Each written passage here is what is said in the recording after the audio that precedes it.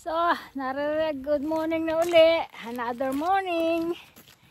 Kahit madilim-dilim, wala namang hangin. Nandito naman ako sa isang lugar sa other side ng akin lagi kong nilalakadan. Kaya samahan niyo ako. Mag-exercise din kayo. Kaunting lakad naman. Masarap ang pakilasa. Lagi ko kayo isasama pag ako'y maglalakad.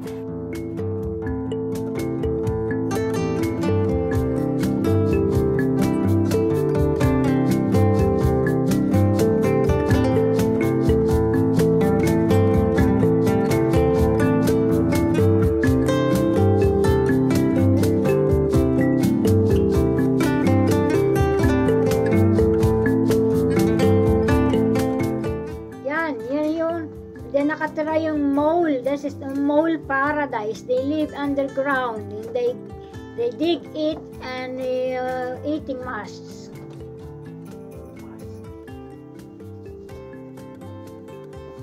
That's it. That is the boat. And the other side, I used to walk also on the other side, but not today. And only here. And looking for the mole and fine weather. Yeah, it's another mole. That's paradise. I think they are cute. You've seen the picture. Yan.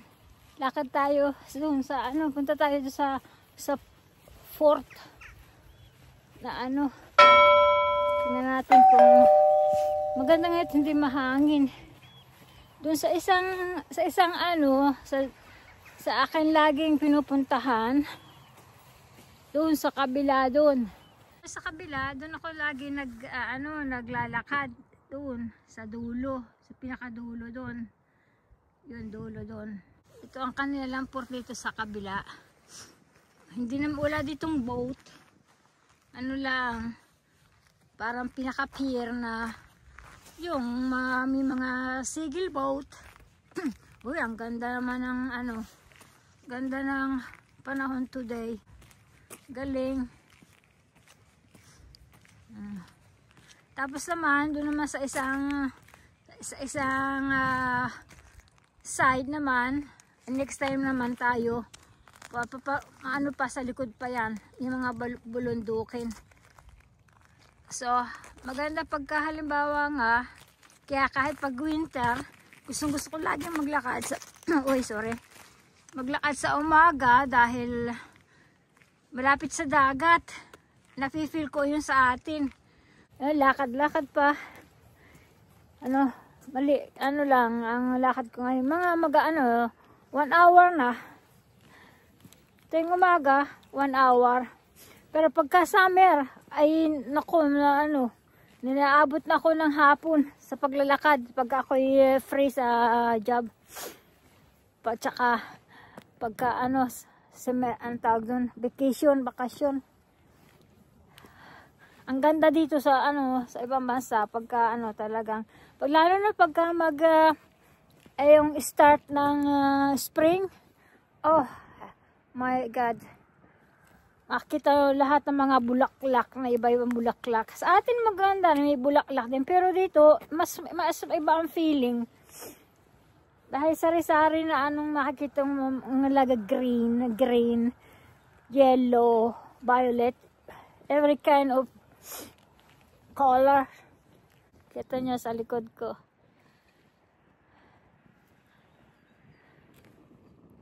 Yun. Doon sa mayroon nag-iisa silang parang island.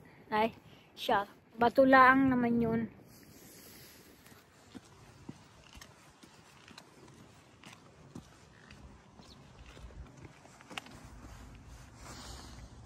Oh, ang ganda Yan ito yung parkihan ng mga sailing boat, parking plots. Yung maliliit na na boat. Wala dito yung malalaki. Pwede yata dito. Pagka halimbawa yung bagyo. Pero hindi ko ito nakikita mayroon, no? May mga malalaking boat. Pwede rin dito silang magligo. Dahil ang tubig naman dito parang hanggang hanggang paa. Hindi pa sa under your knee. Yun parang kung minakita, may talaba ata. Yun. Nga talaba ata yan. Masarap yung isiga. Talaba kayo.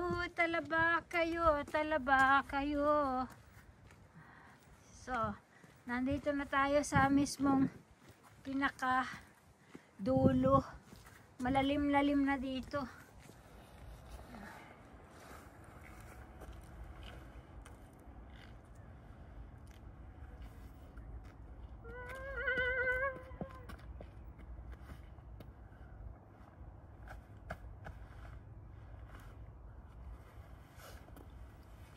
Thank you for today.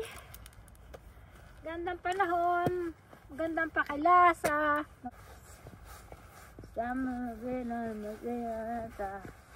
Sayaw muna tayo ng kaunti.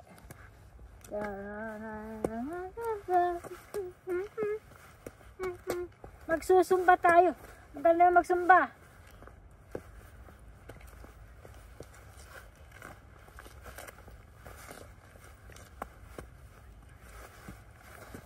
Char.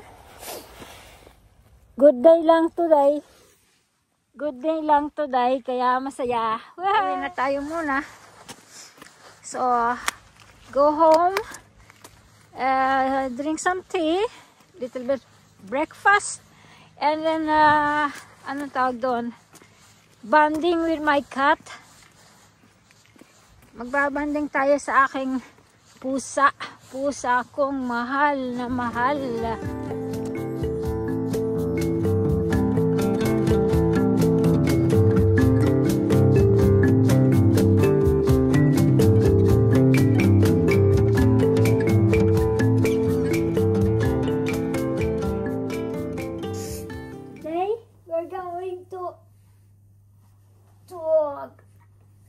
To brush your hair. This is Mio. Ito po ang aking anak. Isa kong anak na balbasin. Balbasin po siya. Pero ito'y mabait. Kami siyang buhok.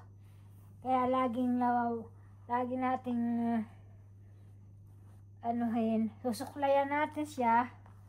Babrushin nang maalis yung matatanda katulad to, madami siyang mga ganito, mga old. Lagyan natin the side. Oy. Ang mami sinisipo na. This is my cat. His name is Mio. Mio, say hi. Welcome to Kaduray. Welcome to Kaduray. This is Kaduray's cat. He is about 6 years old. Itong aking pusang ito, para itong anak ko yan. At dahil malaki na yung anak ko, may kanya ng family. Ngayon may pusa kami. Para itong nalalagaan namin. We love him very much. Mio. Mio pink siya. Alaga ko yung kamuti. Panghimagas for today. Tsaka bukas. So, laga natin. 4 lang naman. 4 lang. Berries. Tsaka orange.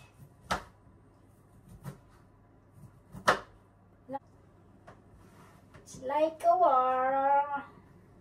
So. Ba? Patante.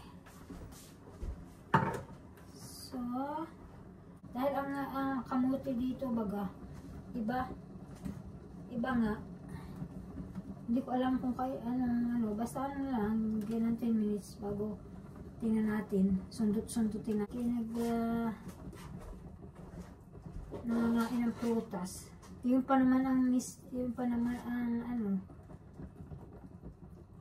ang healthy. Kung ano yung healthy, yung expensive. May simple breakfast. Habang niluluto ang kamote. Oh, luto na ang aking kamote. Ang kamote. Oh, kamuting kahoy. Uy, nako, napasubrahan. Cook time. Dapat pala mga 11 minutes lamang. Ginawa kong 15. Yan oh. Tignan natin kung anong malasa. Nanti mo. Dapat nga 11 minutes lang. Sarap. Alam ko. Masarap. Oh, masarap. Oh, masarap nga. Mainit. Oh, nainit naman. Ayos na. Ayos. Kaya next time, I know now, ay kuko ko ng mga 11 minutes. Perfecto yun. Dahil yung 10 minutes, yung, tinignan ko, ano pa siya, matigas pa. Ito, yung minutes na. Ito, 15 minutes. Masyadong malambot. Pero masarap siya. Hindi nga lang kasarapan ng sa Pilipinas. Baka ito, gawa ko sa isang araw ng banana Q. Hindi, banana Q. This is potato Q. Not banana Q. Masarap. Kain tayo. Panghimagas na. Lunch pa, brunch. That's good. Masarap. So, salamat po. Thank you for watching every time I load videos. So now I hope to see you in my next video. Ciao, ciao!